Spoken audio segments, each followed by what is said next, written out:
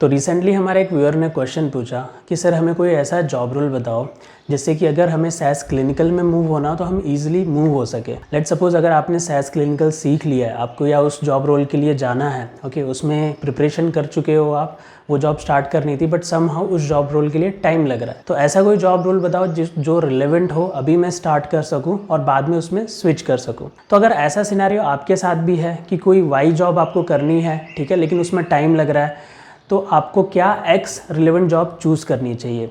तो सबसे पहले इसमें दो फैक्टर कंसिडर करने पड़ते हैं हमें।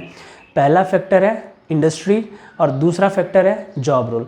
तो पहले फैक्टर की बात कर लेते हैं, इंडस्ट्री। लेट सपोज आपको सैस क्लिनिकल जॉब करना है बट वो अभी नहीं मिल रहा है, आपको टाइम लग रहा है, तो आपको क्या करना चाहिए, तो आपको रिलेवेंट इंडस्ट्री में जॉब करना चाहिए। लेट सपोज आपको पता है कि सैस क्लिनिकल इंडस्ट्री में यूज़ हो रहा है, तो आप क्लिनिकल इंडस्ट्री या फार्मा इंडस्ट्री में कोई भी रिलेवेंट जॉब कर सकते हो। रिलेवेंट नहीं तो नॉन रिलेवेंट भी होगा तो भी चलेगा, क्योंकि यहाँ पे आप इंडस्ट्री रिलेवेंट है, आप जिस इंडस्ट्री में काम करना चाहते हो उसी इंडस्ट्री में कर रहे हो बट एक दूसरे जॉब रोल पे कर रहे हो। तो पहला सिनेरियो ये है कि आप रिलेवेंट इंडस्ट्री में जॉब कर सकते हो।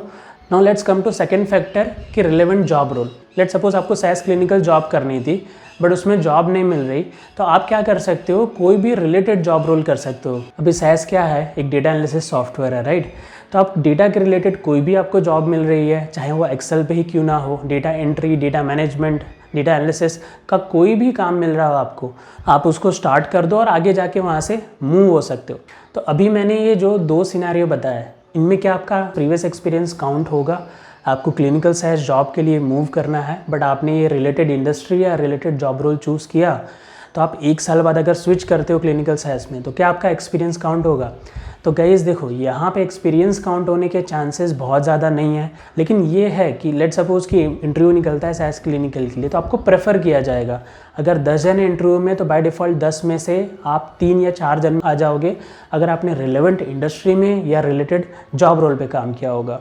Now coming to next question, ऐसा कौन सा ऑप्शन है जिसमें 100% मेरा एक्सपीरियंस भी काउंट हो और मेरा जब मैं क्लिनिकल सैस में ज्वाइन करूँ तो प्रीवियस 2 या 3 ईयर्स जो भी मैंने काम किया वो काउंट भी हो, मुझे सैलरी हाइक भी मिले और पोजीशन भी अच्छी मिले। लेट सपोज कि ये क्लिनिकल के लिए सैस यूज़ होता है, वैसे ही बैंकिंग के लिए भी यूज़ होता है, इंश्योरेंस के लिए भी यूज़ होता है। तो अगर आप सैस बैंकिंग में यूज़ कर चुके हो या काम कर चुके हो या सैस इंश्योरेंस में काम कर चुके हो, तब उस केस में क्या होगा कि अगर आप क्लिनिकल में इंटरव्यू दे रहे हो तो आपका पुराने एक्सपीरियंस पे आपको अच्छा हाइक भी मिलेगा, सैलरी में भी और अपने पोजीशन में भी। और ये 90% श्योर है, क्योंकि रीसेंट डेज में ऐसे कुछ इंटरव्यूज़ हुए थे, लोगों ने सैस बैंकिंग या सैस इंश्योरेंस से सैस क्लिनिकल में स्विच किया तो उनका एक्सपीरियंस भी काउंट हुआ, उन्हें हाइक भी मिली। तो उस केस में आपके चांसेस है कि 90% आपका एक्सपीरियंस काउंट होगा और आपको वो आगे बेनिफिट होगा। तो दोस्तों, अगर मुझे बोनस टिप देना हो या मेरा सजेशन देना हो तो मैं क्या बोलूँगा, तो उस केस में मैं ये बोलूँगा, लेट सपोज कि आपको सैस क्लिनिकल की जॉब करनी है, तो क्लिनिकल सैस की जॉब अभी आपको नहीं मिल रही है, तो उस केस में क्या करना चाहिए, आपको रिलेटेड जॉब में जाना चाहिए, रिलेटेड इंडस्ट्री में या रिलेटेड जॉब रोल्स पे। अब लेट सपोज कि रिलेटेड जॉब रोल भी नहीं मिल रहा, तो उस केस में क्या करना चाहिए, कोई भी जॉब करनी चाहिए। आप जॉब स्टार्ट कर दो आपके एजुकेशन के रिलेटेड, ताकि आपकी जर्नी स्टार्ट हो। क्योंकि सपोज़ कि मुझे ये बनना है, मुझे सी पे पहुंचना है बट मुझे सी नहीं मिल रहा, तो मैं क्या कर सकता हूँ, मैं बी ऑप्शन एक्सप्लोर कर सकता हूँ। एक जॉब रोल है सी जो बेस्ट है, वो मुझे नहीं मिल रहा, मैं रिलेटेड जॉब रोल ढूंढूंगा। अगर मुझे रिलेटेड नहीं मिल रहा तो मैं एक जॉब रोल ढूंढूंगा। एटलीस्ट मेरा एक स्टेप तो काउंट हो, राइट, मैं एक कदम तो आगे बढ़ रहा हूँ। तो आप, अगर आपको डायरेक्ट नहीं मिल रहा तो आप स्टेप बाय स्टेप जा सकते हो। स्टेप बाय स्टेप में भी आप 1 या 2 या 3 साल में आप वहाँ पर पहुँच जाओगे।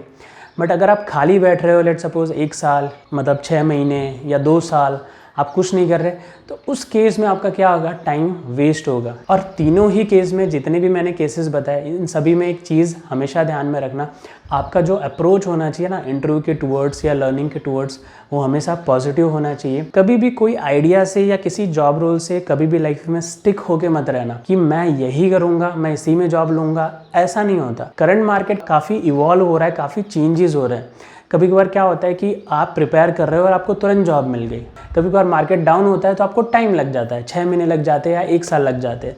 तो उस केस में अगर आपके पास टाइम है, अगर आप कॉलेज स्टूडेंट हो, अभी आप जस्ट पास आउट हुए हो, क्योंकि अगर आपने पहले स्टार्ट किया होगा तो आपको बेनिफिट है, आपने अपने पढ़ाई के साथ कर लिया या आपके पास टाइम है तो कर लिया। लेकिन आपने पढ़ाई के बाद स्टार्ट किया तो यानी आपको उतना टाइम खाली बैठना पड़ेगा। तो उस केस में या तो रिलेटेड ले लो या तो कोई भी अपने डोमेन के रिलेटेड स्टार्ट कर दो, बट खाली मत बैठना। और ऐसा करके, ये स्टेप्स फॉलो करके आप फाइनली जो भी जॉब लेना चाहो तो वो ले सकते हो। अभी क्लिनिकल सैस के रिलेटेड मैं जॉब्स बताऊं जो आपको डायरेक्टली बेनिफिट करेंगे अगर क्लिनिकल इंडस्ट्री में जॉब ढूंढना है। तो जैसे कि आपको CDM रोल पता होगा, तो CDM रोल पे भी सैस यूज़ होता है। तो ऐसा कोई भी रोल क्लिनिकल इंडस्ट्री में जिसमें आप डेटा पे काम करते हो, वो रोल पे काम करोगे और फिर सैस पे वापस स्विच करोगे तो आपको डायरेक्ट बेनिफिट मिलेगा। लेकिन अगर आपने दूसरे इंडस्ट्री में भी डेटा पे काम किया है, क्योंकि SAS at the end data आप उससे हैंडल करते हो, राइट। ये जो स्टैटिस्टिकल प्रोग्रामर या क्लिनिकल सैस प्रोग्रामर, ये जो जॉब रोल है उस पर भी डेटा हैंडल करते हो। तो दोनों ही केस में अगर आपने डेटा पे काम किया है और डेटा वाले रोल पे मूव करना है तो ईजी हो जाएगा।